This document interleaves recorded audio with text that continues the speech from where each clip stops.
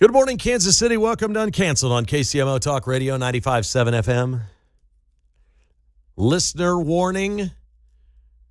This is the most important segment of my tenure at KCMO Talk Radio. Because the last segment I did yesterday, I completely botched. So we got to make good today, Mark. We got to make good right here in this first segment. No problems. It was 100% my fault if you were listening to the clunky end of the show yesterday. You know, one of the reasons why we love and hate live radio.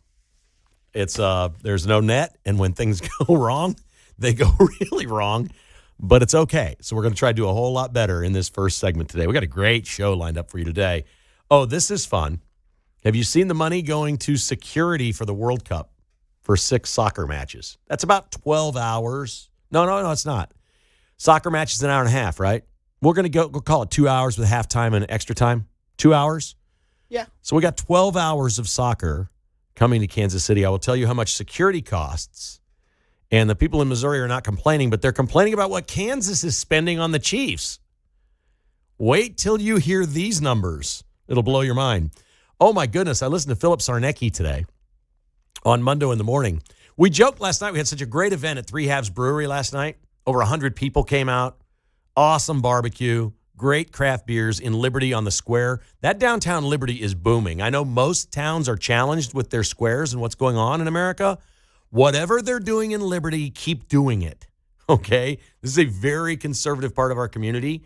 That square is booming. There was a Mexican restaurant that was packed. There's a couple of bars there. They're building lofts. Man, Liberty, what you're doing, keep it up. It is looking good, and that place was awesome. And the people were just fantastic. We had a wonderful, wonderful night there last night. So we appreciate everybody for having us out. And we were talking about a wide variety of things. But one of the jokes that I made in front of the gathering was, I really should rename my show Monday in the Morning Postgame. Because every day I have at least I got one segment somewhere on the show where I got to comment on something that new. Pete makes news every day. His show makes news every day. So how do I not comment on that? For me, it was Philip Sarnecki today, and I know people who love Philip Sarnecki for governor. And he's a very successful businessman, and I've heard nothing but great things about him. But he might have said the dumbest thing any businessman has ever said running for office today, live right here on KCMO Talk Radio. I will tell you what that is coming up at 10:30. You're going to have to stick around for that. And I'm not insulting him. I just don't think this is his game. Sometimes you go live on the radio and you're not thinking, my last segment was a gaffe yesterday. It happens. If somebody wanted to go on the radio and make fun of me for my last segment yesterday, I'd say, fair enough. Thank you. I blew it. It was on me, and I blew it. It happens. We got to admit our mistakes, right? If people listen to the podcast, though, they would never know. Never know. Mark cleaned it up for the podcast. Oh, it wasn't dirty. We didn't have any FCC violations. Oh, no. It was just a gaffe fest. That was my fault. Completely my fault. John Anthony had to bail us out. You know, he's just in there doing his work after the show. He's got things that he does. It's important work. And all of a sudden, the last segment of Uncanceled is burning to the ground. He goes running out of the production studio and into the control room. It was great. But we'll let you know what Philip Sarnecki said today that just is, I don't think he meant what he said. I don't think he thought it through. I'll give him the benefit of the doubt, but it was an absolute whopper. We'll start today with a white people problem in America. I may have gotten your attention with that one. We have a white people problem in America. I think a lot of people around this country are asking themselves, why Minneapolis? What is the problem in Minnesota? Why do we keep revisiting all this in Minneapolis? And we're watching these crazy people do this stuff, and we had an ICE agent who's apparently still in the hospital today, and an illegal alien criminal who was evading justice, that's being kind, who took to the cop, the ICE agent. They got in a scuffle. 2 more people jumped in. It was 3-on-1. A gun was discharged. The original perp was shot in the leg. He's been released from the hospital. He's in custody with ICE, and he's got a really poor future in this world. The other 2 idiots that came out swinging snow shovels and whatever at the ICE agent don't have much future either. They're not going to be very hireable anytime soon, as they will be behind bars. And another ICE agent was attacked. We have a tale of 2 voices in Minnesota. The governor, Tim Walz, doubles down, refers to ICE agents as armed, masked, and undertrained, says they commit atrocities every day that are unconstitutional. Arm yourself, he tells the people of Minnesota, with your phone and record all of the terrible unconstitutional mistakes that they are making. Tim Walz, as you know, his career is over, and he's trying to get back into some sort of fray. Maybe a job at CNN, maybe a speaking tour, maybe something. His role no longer concerns the people of Minnesota. He's out of there in a few months. He ain't running again. He's disgraced. He may be going to jail. But right now, all he's trying to do is save face with something that might be a pot of gold or at least a honeypot for him in retirement out of politics. Jacob Fry's the current mayor. He has a current and a future. I think he sees himself as the next president. When I look at Jacob Fry, I look at a guy, I'm like, that guy thinks he's it, man.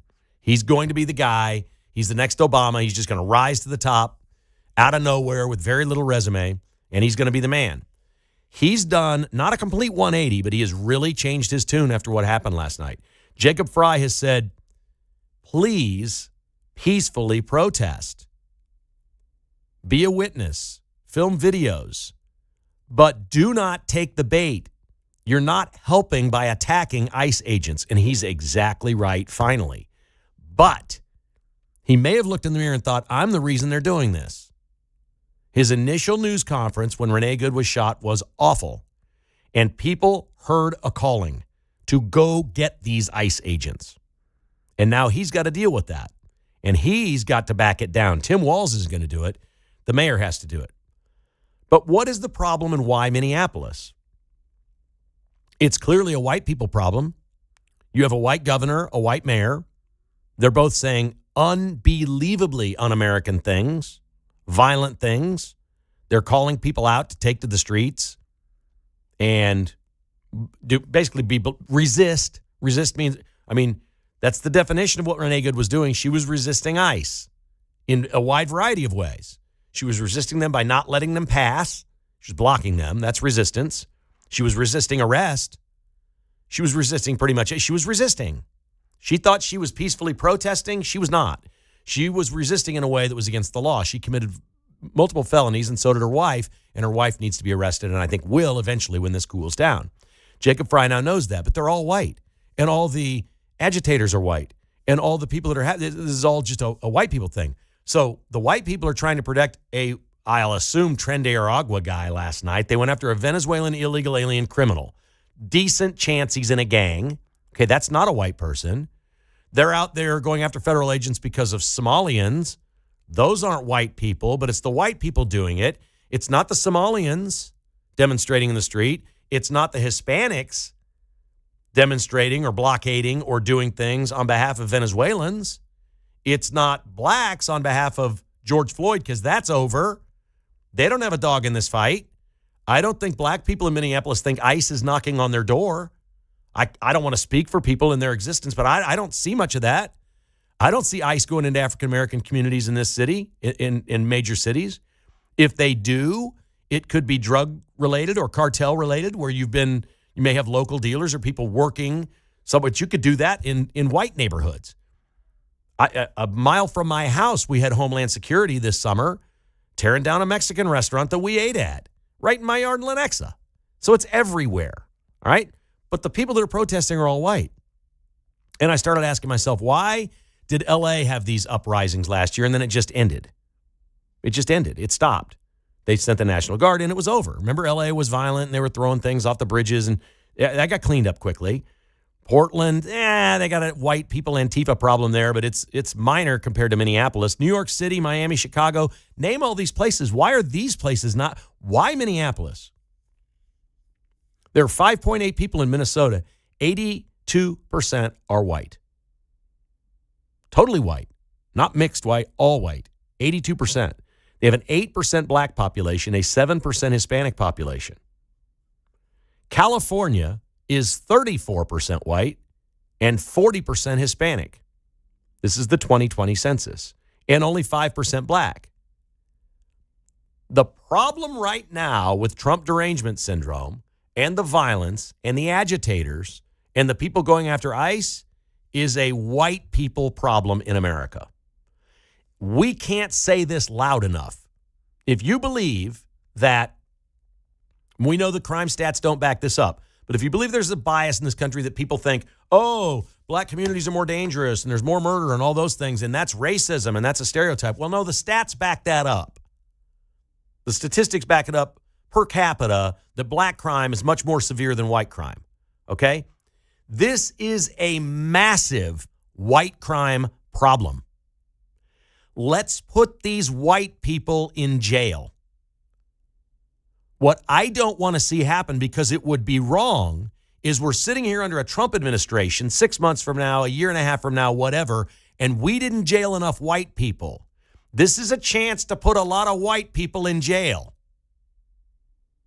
and let them know you are not above the law. They all run around and think they have privilege. They state it while they're doing this. I'm white. I have privilege. You can't touch me. Touch them. Lock them up. Crowd our jails. Build this detention facility. You want to make Mayor Cleaver happy? I'm sorry, Congressman Cleaver happy? Mayor Lucas happy? Build that detention center for 5,000 to 10,000 troublemakers, and let's put a bunch of white people in there. They don't all have to be illegal aliens. It's people that mess with ICE. If the white people are coming out and interfering, throw them in Tent City and let them freeze their ass off in the winter. You want to stop this thing? These crazy people are going to keep getting in your face, whatever. You want to stop it? Let them all know somebody that's sitting in jail the next 7 years and see how that goes for your white privilege. That ain't going to go real well for your white privilege while you're out there protesting. These people are literally convinced that they're above the law because they're white. My God, we do have racism in America. It's crazy white people that think they've got all these rights that they don't have. They're just like everyone else. All the people you're out there fighting for, all the people of color that you feel bad for, the laws apply to you too. Don't do it. 913-408-7957, our number. We'll take your calls next. This is Uncanceled on KCMO Talk Radio.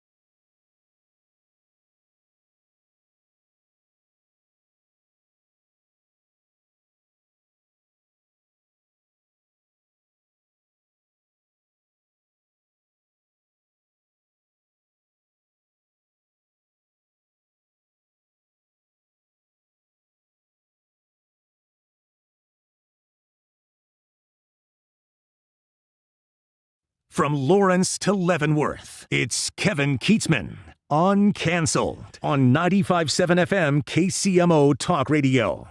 This might be a great way to build the audience here. Let's just take all of our frustrations out on white people on this show for a while. Let's just do that. Let's just go ahead and turn all the attention that way and see if it doesn't draw some other people in. They go, you know what? He's right. He's right. You want to hate on white people? We got a whole subset of white people to hate on today in America. This is easy. Matt Nagy for me. Oh, Matt Nagy. That's not what I was going for.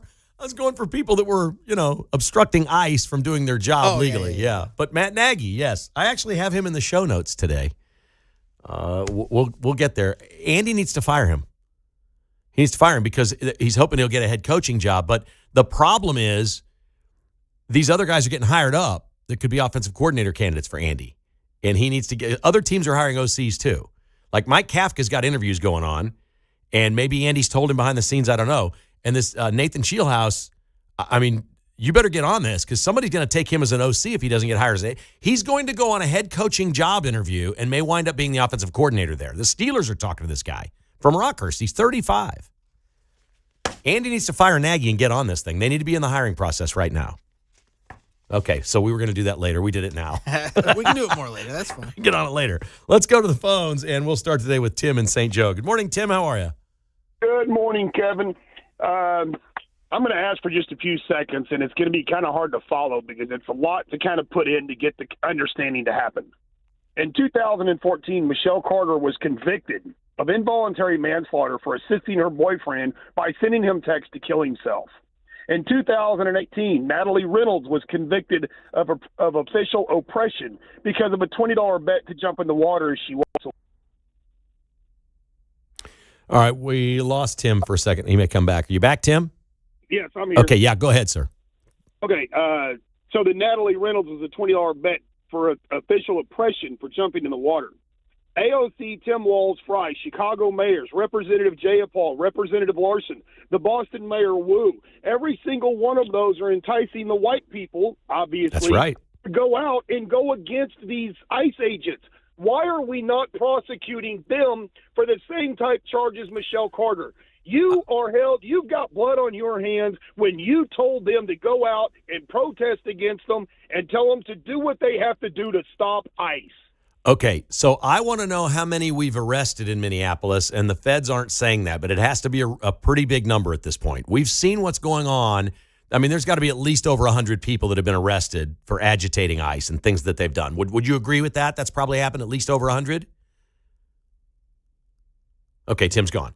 So I assume there's been at least over 100, and there will be more. They're not saying this. If you really want to stop what's going on, then this is maybe, I'm telling you, this could be a little disappointing. You're not going to like hearing this.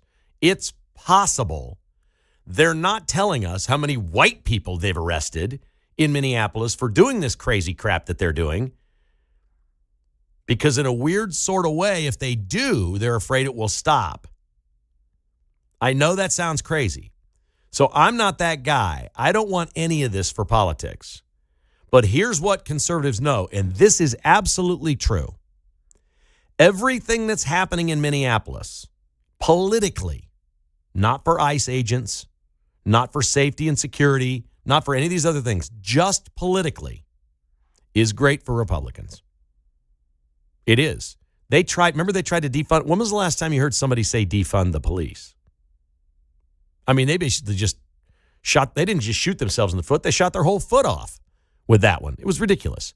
They're doing it again. They're repeating the same mistake. They're reinforcing that we were the party of defund the police, and now we're anti-ICE, and we think the border should be open. Their message basically is everyone's welcome here. We don't care if you're a criminal or not. We trust you in our neighborhoods. We're in a commune here, living in this neighborhood that we pay homage to George Floyd, and our school is a social justice temple. We're all in this together. We're okay. We'll take care of each other. That's the way they see their world, their little bubble right there. That they're all going to be okay. And what they don't realize is the Somalian down the street is stealing from them. The Venezuelan across the street is peddling drugs in their neighborhood and getting people killed. They don't know. They don't care about that stuff. That's just too much for me to think about. I'm just going to get in my Honda Pilot and go stop some traffic with ICE. Then I'm going to roll up my window and tell them, no, you can't arrest me. And when I really get scared, I'm just going to hit the gas and go. is a fantastic plan. How could it possibly go wrong? And they just keep doing it. And I don't know what the end is, but Trump has declared that he will use the Insurrection Act if he needs to and put the National Guard in there. If he does that, it will clean Minneapolis up in a heartbeat. The numbers will just be overwhelming at that point. And they will, at that point, have enough people to arrest every single person that commits a crime, no matter how little the crime. We saw in Los Angeles, if you remember this, we saw people walk up to a National Guard member just standing there on patrol, like almost like they do outside, Windsor Palace or whatever in London. You can't mess with the guards. They just stand there. And people would put their hands on a member of the National Guard, and the second they did, they'd grab him and throw him to the ground. You guys remember seeing this? You can't touch them. And they just wrestled everyone to the ground, handcuffed them, put them in the paddy wagon, waited until they got 12, 14, 16 people in the paddy wagon, then took them all off to processing. That's how they cleaned up L.A. They did it very quickly. And they can do that in Minneapolis. They haven't done that yet. They haven't done it yet. I don't want to believe that they're not telling us how many white people they've arrested. I mean, white agitators. I'd like to just see the demographics. Everyone arrested, everybody on the street. We've tabulated this. This is what it is. This is who they are. They're all registered Democrats, all that. I don't think they're going to do that. I just don't. And I don't want to believe that they want to keep this going for a while because it's politically good. But it is politically good for Republicans. It's awful for America. And it's really bad for ICE agents, to be honest. We ask a lot of them. They're paid well and they love what they do. But this is just absurd. This is not what they're not supposed to be engaging American citizens protesting their work. That's absurd. When we come back, Philip Sarnecki is running for governor in Kansas. He said something insanely crazy today to Pete Mundo. We'll tell you next.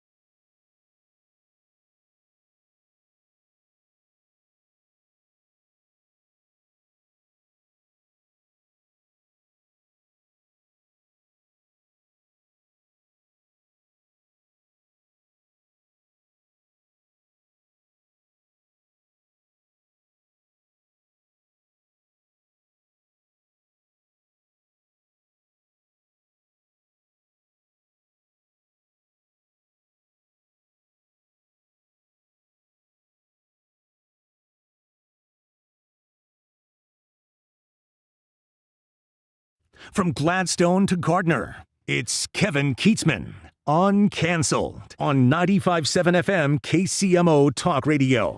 Okay, there you go. You want to see Riley Green in California, courtesy of KCMO Talk Radio and Cumulus Media. You text the word half, H-A-L-F. Half, like calf with an H. 95819 is the number to send it to, 95819. And, you might as well enter. Even if you don't want to go, you can give it to a friend or do whatever. And I think does each show have a different number that he gets text to? Or is it just the station has the same number? Same number, yeah. So 95819 is KCMO's number. Yep. It's unique by station because there's other stations that do it. Is that right? It might might be a national thing Yeah. where everybody has that number. Great. But I'm not for sure. If you want to help out KCMO Talk Radio, do this anyway. Yeah. Even if you don't win. They'll see. Yeah. Text that to the number, 95819. Text the word half and get that done. All right, let's talk about Philip Sarnecki, who was on with Pete Mundo earlier today. And I'm telling you, I got a lot of people that think the world of Philip Sarnecki. I don't know him. His resume is impeccable. He's obviously a very smart and accomplished businessman. And truth be told, and I said this last night at the event in Liberty, I am all for business people being in charge of political positions that are executive in nature. Maybe not my local representative from my district, because I don't know how that necessarily applies. That's almost better for like a citizen. A regular person in the community to be your congressperson seems more appropriate to me. But my president of the United States, my governor of my state, the mayor of my city, I'll take business people anytime I can get them. Donald Trump's the greatest president I've ever seen. He's just incredible, the things that he does and thinks of. We're going to get Greenland. We're going to get it. A lot of people laughed at that again last night at the event. It's ours. It doesn't mean we own it. It doesn't mean it'll be a state, but we're going to control it militarily because we want it. And Donald Trump, as the president, says, you know what? If the United States wants something, we get it. Like he's acting like the CEO of the biggest corporation in the world. If we have an issue with our company, we're just going to gobble up this other thing. We're not very good at this part of our business, so let's go buy this smaller business that is good at that and incorporate it into our massive, giant conglomerate. That's Trump. That's what America's been for 250 years. We bought Alaska for $7 million, 2 cents an acre from the Russians. Worked out okay. Suddenly we found gold. Russians had no idea. The last thing we purchased was from Denmark in the Virgin Islands. The U.S. Virgin Islands we bought from Denmark about 100 years ago. So we'll do these things, okay? So I'm all for somebody like Philip Sarnecki being in charge in Kansas. Somebody who's got that executive touch, that business touch. For a businessman, I couldn't believe what he said today. And I'm gonna give him a total pass here that it was a slip up, that being on radio isn't his thing, that maybe he's not that he's not maybe a good enough politician to become governor, because you do have to have something. Trump's also an entertainer and a showman. That's why it worked for him. I didn't really sense that with Sarnecki. It sounded like it's going to be a long slog for him to get his message out and cut through the clutter and whatever. He said something that I didn't know. John knew it. I guess a lot of people knew this and I didn't. That the Chiefs deal with the state of Kansas involves the state of Kansas having a suite at the games. Well, we know they get to go to suites. They're usually guests of the owner or whatever. But they negotiated in for their $2.8 billion a suite for all the home games. Well, that's a big deal. That's actually bigger than just the Chiefs games. They'll have that suite for Taylor Swift or the Super Bowl, for anything that's there. They're going to have that. If it were just the Chiefs games alone, I think it's probably worth at least $1 million a year. So it's at least a $30 million suite. And as the prices go up over time, we're probably looking at it like a $100 million plus suite deal that they got for their $2.8 billion. Now, that doesn't change the math. They didn't buy. The Chiefs are kicking it in. They should. For $2.8 billion, they got to take care of the state of Kansas. Philip Sarnecki said the first thing he's going to do as governor is give it back. That the politicians are not going to use it. I'm giving it back. Your heart's in the right place.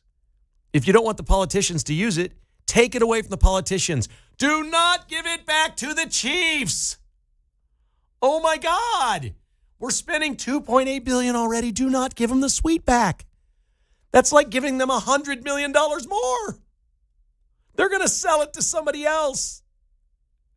Do not, Sarnecki, give the suite back. I'll take it back. Right. So I'm a small businessman. Okay? I'm no genius. I don't want a big business. I don't want a bunch of employees. I don't want to go deal with the stuff that a lot of people in business deal with. I just don't. It's never been me. I'm not a loner, but I'm a pretty typical conservative. I've got me, you got you. And that's the way it works. But I'm pulling into Cumulus as he's saying this into the parking lot, and I'm in my car, and I put the car in park, and within 5 seconds, I've got the solution. Like, it doesn't take that long. If you're going to, great, you've got a suite. You don't want the politicians there. I'm all for you, Phil. Let me help your campaign out. You're going to give the suite to the Kansas Lottery. And the people of Kansas are going to buy Chief Scratcher tickets for a chance to be in the suite and go to games, exclusively for Kansas citizens. How about that? Did I help at all, Phil? Don't give it back to the Chiefs. What on earth kind of filth is that? That is business blasphemy. The Chiefs don't deserve anything more than they've gotten. They got the best deal ever. That's it. They get no more. $2.8 billion, and you got to like it. Let's go to the phones. Here's DR in KC joining us on KCMO Talk Radio. Hi, DR. What's up? Uh-oh. We got our guy there. There you go. DR, what's going on, man? He's got a phone going in and out, doesn't he?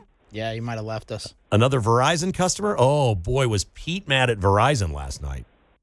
That was a weird deal that happened. So I'll let you check that out, Mark, and see if DR wants to get a chance to get on the air or if not. I saw this story from an investigative journalist. His name is Walter Kurt. And he did this in conjunction with something called Data Republicans. And this is it's not a weird story, okay? This is a legitimate story, and he's posted this, and I couldn't believe it. We've been talking about Minneapolis and the Somalis and the fraud that's going on there.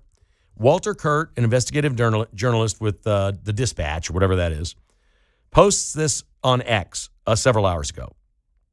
Working with Data Republican, I did some general numbers on the Somali fraud cash going through the Minneapolis airport. There are reports out that over the last 2 years, Somalis moved roughly $700 million through the Minneapolis airport. That means if they used $100 bills, because we haven't printed the Trump $250 bills yet, but they're coming. That's going to be so awesome. That means if they used $100 bills, they moved 7.7 metric tons of cash. And keep in mind, this is just what was flagged at the Minneapolis airport in the last 2 years. Couple notes on that number. That would essentially mean the Somalians were taking $1 million duffel bag through the airport every single day for 2 years. Further, we can assume that this is only the money that was flagged. If the Somalis were just wandering through without declaring every cash bag, we might multiply this number by 10. The question then becomes, why Minneapolis? Which is the question of the day here. We got a white people problem in Minneapolis. We've said this, right? The white people are allowing the Somalians to do this. Well, after a quick discussion with regular travelers and a little research about the Minneapolis airport, we found these Somalians run the airport, they're the ground crews, they're the airport staff, and they're the TSA. And then he concludes, we have an airport in the United States of America run by pirates. That's kind of a problem. I haven't flown in and out of Minneapolis in years. I used to when there was an airline called Northwest Airlines. We'd go in and out of there to a lot of places. It was more of a hub. There was a lot of flights out of Kansas City to Minneapolis. We stopped flying and started driving to River Falls to go to Chiefs Camp because the time difference wasn't that much. By the time you land in Minneapolis, River Falls is still 90 minutes away. You're renting a car. You're going over there. So we started driving. I love driving up there. So I have not been in that airport in years. I'll take his word for it, but that's a stunning number. $1 million a day the Somalis are running through that airport? Crazy. Okay, so here's a guy that a lot of you don't like, but you may have at one point really liked his music. We've been down this road before. We've been down this with Springsteen and so many others. For a generation a little older than mine, probably Neil Young, people like that. This one was absolutely one of my favorites. I bought every album, listened to every song, and he was singing about my life. There was no question. He was older than me, but his upbringing and where he was from was very similar to mine. I've said many times, if you want to pick cities in America that are most like Kansas City, there's two. There's Cincinnati and there's Indianapolis. This person is from Indiana. And as part of our concert series that we're doing here with the people that have built Morton Amphitheater, he's coming to Morton Amphitheater this summer. He has announced a new tour. It is John Mellencamp. John Mellencamp has been on my spit list for quite a while, since I saw him at a Colts playoff game several years ago when Trump was president the first time, and the national anthem was happening, and they had soldiers down on the field, and everybody was standing, and he just sat in his seat and kept eating his popcorn and didn't pay any attention to it. It is your political views, if somebody asks you your political view and you're a liberal, I'm not going to hold that against you and your music. The music that you wrote and sang about when I was a teenager and in college and in my 20s was not liberal in any way. It was not. You changed. I didn't. Maybe part of life is changing and becoming what you are. Maybe you're a better person for that. He has spoken out about politics many times. I don't care what he has to say. That wouldn't keep me from listening to his songs so much. But when Springsteen went to Europe and badmouthed our president to fans in Europe, that was too much for me with Springsteen. Mellencamp's moment sitting down at that sporting event was I stopped playing his music. I haven't seen him live probably in 15 years. When I did, I think it was the Midland Theater. I showed up. He played 6 or 7 out of maybe 15, 17 songs. It was not a long show. He smoked like a banshee during the entire thing. I don't even know how he can perform and sing. But when he did sing his hits, the songs we liked, whatever, it was good. But it wasn't really what we were looking for. The last 10 years or so, he hasn't really played any of the songs people like. He's been writing new music that's some bluegrass, and there's all kinds of different things he's been writing. And I totally respect that as an artist. He's at a place in his life where he paints more than he does music now. He's a painter. And so he does all these songs, but he has these concerts where he's not playing anything anybody wants to hear. And if you went to your search engine and you searched Mellencamp concert videos last 10 years, you're going to find that at one time he quit a show. Another time he had people kicked out. They start heckling him between the songs. They're like, play Pink Houses, Jack and Diane. And he's not playing any of them. John Mellencamp's an older man now who's clearly looked in the mirror and said, did I F this whole thing up? Have I blown it with everybody that ever liked my songs? Am I going to be remembered for being somebody that I don't want to be remembered for? They put out a 4-minute video yesterday that looked like a Hollywood film crew made a film.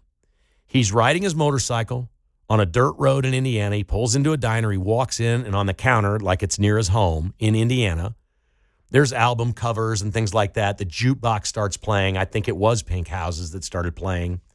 He sits down in a booth. He pulls out a $1 bill, and he hands it to his buddy and said, I lost the bet.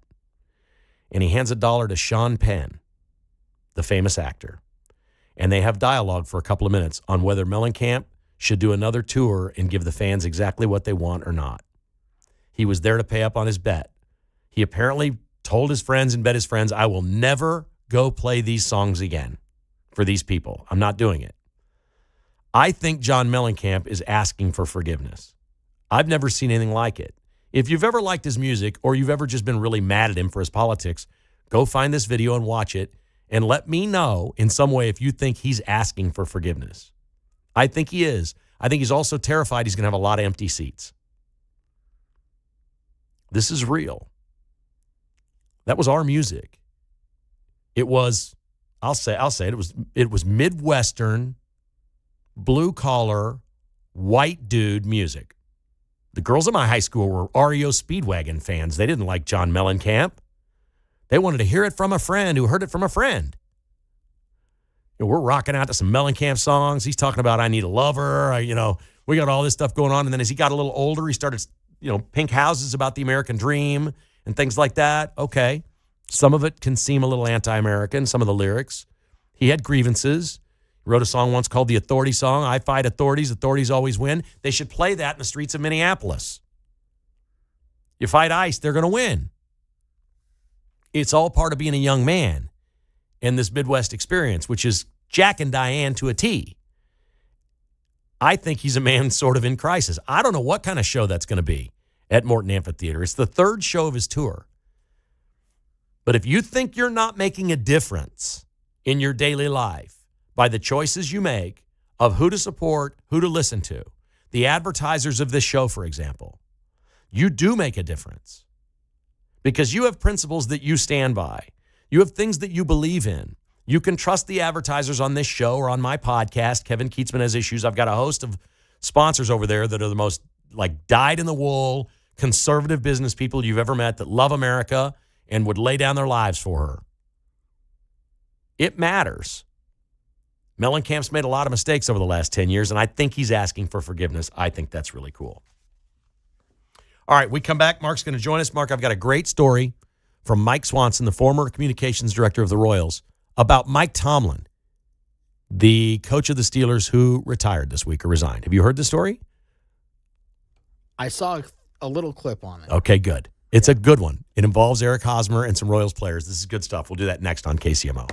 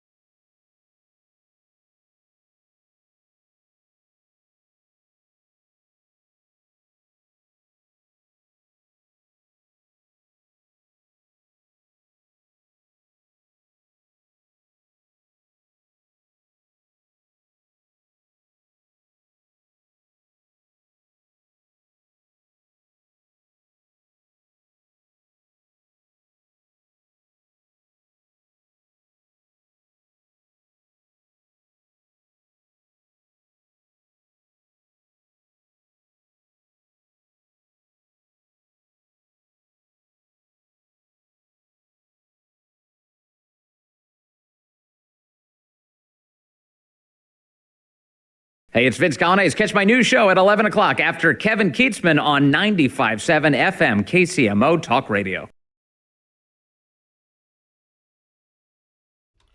Welcome back to Uncanceled on KCMO Talk Radio. It is always great to have you here with us. Thank you so much for joining us on the show. The Vince Show is coming up. Mark, I saw this from Mike Swanson, who is a legendary, it was Royals Vice President and Communications Director, but he'd worked in baseball for a long time. He actually got World Series rings from 2 teams. He won one in Arizona with the Diamondbacks. Nice. As their comms director. He worked for ESPN for a long time. Everybody in sports around Kansas City knows Mike Swanson. He posted on X, with Mike Tomlin calling it a career in Pittsburgh, I've got a story to share. And the people in this story will back it up that's true. He writes, believe it or not, this old baseball retiree has a Mike Tomlin story. In 2015, the Royals clinched their second straight American League title with a win over the Blue Jays on a Friday night. After the game, in the celebration, I heard from Brad G. from the Chiefs, who asked if I wanted to bring a handful of guys from the team to their game on Sunday against the Steelers. Of course, we said yes. I took Ned Yost, Eric Hosmer, Mike Moustakas, Salvador Perez, and Drew Butera to the game. We met at the Kauffman Stadium tunnel around 10 a.m. We grabbed the AL Championship trophy. We received an escort through the tunnel that connected the 2 stadiums. They took us down to the field for pregame workouts and would eventually be introduced to the Arrowhead crowd. While standing on the Chiefs' side of the field, Steelers coach Mike Tomlin recognized our guys and came running over for the pep talk of a lifetime. I'm basically paraphrasing here, but he looked at our guys in the eyes and basically yelled, congratulations on winning the other night. Now don't effing settle this time. Go kick somebody's ass and win the bigger trophy. The Royals the year before made it to the World Series and didn't win. Lost in Game 7, yep. The look on all the guys' faces was amazing. Hosmer was the most vocal, yelling, holy blank. I'd go play for that guy right now. Let's go. And he started jumping up and down like he was ready to play. Swanson writes, apparently the quick pep talk helped, and the rest is history. By the way, in case you were wondering, needless to say, the Arrowhead crowd went berserk when they showed the guys on the boards carrying the trophy that day. Yeah, that's quite a story, man. That's pretty awesome. Have you not watched Mike Tomlin your whole career and said, I'd like to play for that guy? Yeah, he just looks like a leader. If he gets, it looks like John Harbaugh is going to the Giants, and he's got a good young quarterback there in Jackson Dart. If Tomlin lands in the right franchise with the right quarterback, he's going to win big again. Mm-hmm. I feel that's true. Never losing season. Right. Did you see any of the Mizzou game last night? I was following the score, but I didn't get to watch any of the game. Okay. They pounded Auburn. They started slow. Mm-hmm. I think they finished the game like 28 for 36 from the field to end. They started like 1 for 11. They win 87-74. They're 3-1 in the SEC, 13-4, and easily a tournament team at this point. So here's the difference between them and Kansas State. Early, they both look bad. They just had moments. The Illinois game and the KU game for Missouri were awful. They're getting better. They're well coached. They're getting better. That's what sports is about. As your season goes on, you get better. Don't peak in November. Right. Why do you think they pay millions of dollars to these coaches? I think Bill Self's going to get his team better.